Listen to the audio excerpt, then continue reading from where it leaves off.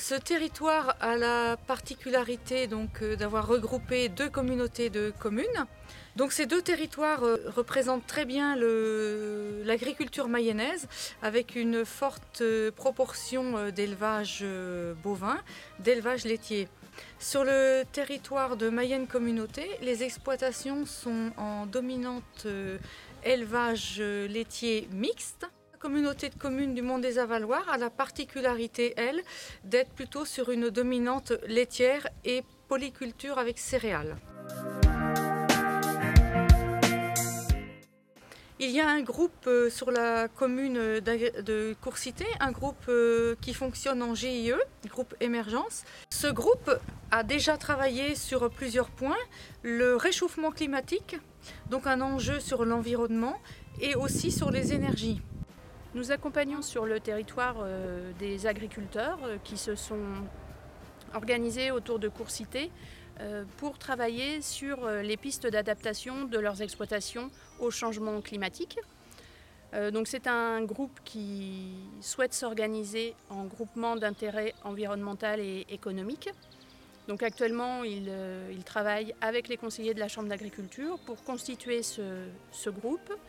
Et leur objectif est de travailler autour de la thématique de sécurisation du système fourrager et plus globalement du système d'exploitation, donc de chercher des solutions autour notamment de nouveaux fourrages, de travailler également sur la fertilité du sol de l'exploitation, trouver des indicateurs et des suivis qui vont être intéressants à mettre en œuvre pour eux et par eux sur l'exploitation. Travailler également sur la valorisation des haies et des ligneux, rechercher quels peuvent être les débouchés les plus intéressants pour eux et les mettre en œuvre. Et tout ça autour d'un objectif d'échange de pratiques entre agriculteurs. Il y a aussi un autre groupe qui travaille sur la production laitière biologique. Un troisième groupe a démarré, celui-ci c'est plus sur l'élevage et il concerne la santé animale puisqu'il va travailler sur l'homéopathie.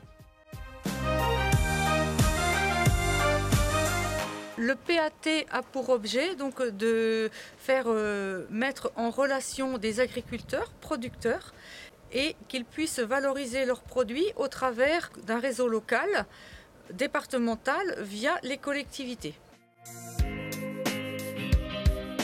Actuellement, sur le territoire, nous travaillons en collaboration avec la communauté de communes du Mont des Avaloirs sur un projet d'expérimentation des paiements pour services environnementaux. Donc ce travail concerne un territoire de 5 captages qui sont gérés par la communauté de communes.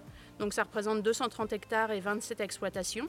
Et l'objectif est de travailler avec les agriculteurs à la construction de ce projet, de réfléchir à quels peuvent être les critères d'évaluation, de diagnostic sur ces paiements pour services environnementaux, quelles grilles de rémunération peuvent être mises en œuvre, et sur les thématiques qui concernent le bocage, le maintien des prairies, la réduction du travail du sol, le stockage du carbone.